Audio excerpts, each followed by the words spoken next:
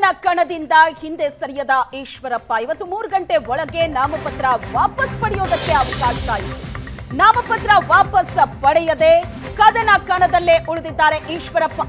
BJP ವಿರುದ್ಧ ಮಾಜಿ ಸಚಿವ ಈಶ್ವರಪ್ಪ ಬಂಡಾಯದ ಕಹಳೆ ಮೊಳಗಿಸಿದ್ದಾರೆ. ಹಾವೇರಿಯಲ್ಲಿ ಪುತ್ರನಿಗೆ ಬಿಜೆಪಿ ಟಿಕೆಟ್ ಕೇಳಿದ್ರು ಈಶ್ವರಪ್ಪ.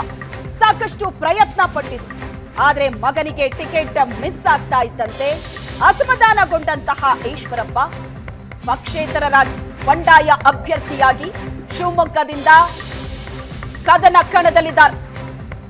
ಶಿವಮೊಗ್ಗ ಕದನ ಕಣದಿಂದ ಈಶ್ವರಪ್ಪ ಅವರು ಹಿಂದೆ ಸರಿದಿಲ್ಲ. ಯಾಕಂದ್ರೆ ಇವತ್ತು 3 ಗಂಟೆ ಒಳಗಡೆ ನಾಮಪತ್ರ ವಾಪಸ್ ಪಡೆಯೋದಕ್ಕೆ ಅವಕಾಶ ಇತ್ತು. ನಾಮಪತ್ರ ವಾಪಸ್ ಪಡೆದಿಲ್ಲ, ಕದನ ಕಣದಲ್ಲಿ ಮುಂದುವರೆದಿದ್ದಾರೆ.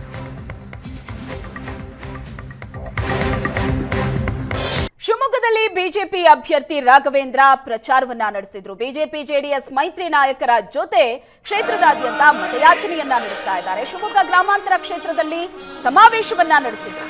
ಭಾರತವನ್ನ ಬಲಿಷ್ಠ ರಾಷ್ಟ್ರವಾಗಿಸೋದಕ್ಕೆ ಮೋದಿ ಹೆಜ್ಜೆ ಇಟ್ಟಿದ್ದಾರೆ. ಭಾರತದತ್ತ ಇಂದು ವಿಶ್ವವೇ ನೋಡುವಂತಾಗಿದೆ. ಕಾರ್ಯಕರ್ತರ ಸಭೆಯಲ್ಲಿ ಅಭ್ಯರ್ಥಿ ರಾಘವೇಂದ್ರ ಮಾತಾಡಿದ್ರು. ಭಾರತ ಮುಂದುವರೆದ ರಾಷ್ಟ್ರಗಳಲ್ಲಿ 5ನೇ ಸ್ಥಾನದಲ್ಲಿದೆ. ಮುಂದಿನ ದಿನಗಳಲ್ಲಿ ಭಾರತ ವಿಶ್ವದ ಬಲಿಷ್ಠ ರಾಷ್ಟ್ರವಾಗಲಿದೆ ಅಂತ ರಾಘವೇಂದ್ರ ಮಾತಾಡಿದ್ರು. ಶಿವಮೊಗ್ಗದಲ್ಲಿ ನಡೆದಂತ ಸಮಾವೇಶ ಆಯಿತು. ಸಮಾವೇಶದಲ್ಲಿ ಬಿಜೆಪಿ ಜೆಡಿಎಸ್ ಮೈತ್ರಿ ನಾಯಕರು ಕೂಡ ಭಾಗಿಯಾಗಿದ್ದರು.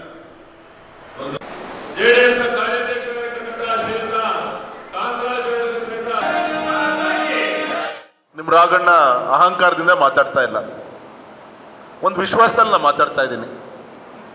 ಇವತ್ತು ನಮ್ಮ ಬಿಜೆಪಿ ಜೆಡಿಎಸ್ನ ಕಾರ್ಯಕರ್ತರು ನಿನ್ನೆ ಗೌರವಿತ ಕುಮಾರಸ್ವಾಮಿಗಳು ಹೇಳಿದಾಗೆ ಹಾಲು ಜನಿನ ರೀತಿಯಲ್ಲಿ ಒಟ್ಟಾಗಿ ಬೂತ್ ಮಟ್ಟದಿಂದ ಹಿಡಿದು ಮೇಲ್ಮಟ್ಟದವರು ಕೂಡ ಎಲ್ಲ ಒಟ್ಟಾಗಿಯನ್ನು ಈ ಚುನಾವಣೆಯ ಪ್ರಚಾರವನ್ನು ತಾವೇನು ಮಾಡ್ತಾ ಇದ್ದೀರಿ, ಆ ವಿಶ್ವಾಸದಲ್ಲಿ ಅಡ್ವಾನ್ಸ್ ಆಗಿ ನಾವು ಹೋಳಿಗೆ ಊಟನ ಮಾಡಿಸ್ಬೋದು ಅಂತ ಹೇಳಿ ವಿಶ್ವಾಸದಲ್ಲಿ ನಾನು ಹೇಳುವಂಥ ಪ್ರಯತ್ನ ಮಾಡಿ ಹೇಳ್ಬೋದು ತಾನೆ. ಎಲ್ಲ ಕಡೆನೂ ಕೂಡ ಇದೇ ವಾತಾವರಣ ತಾಯಿ.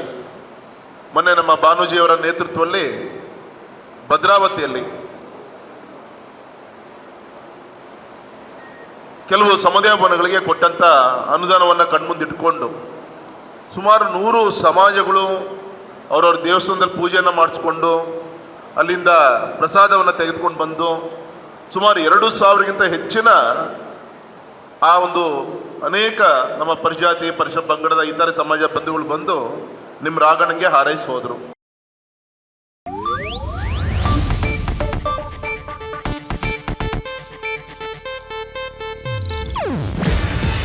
ಇದು ಏಷ್ಯಾನೆಟ್ ನ್ಯೂಸ್ ನೆಟ್ವರ್ಕ್ ಪ್ರಸ್ತುತಿ.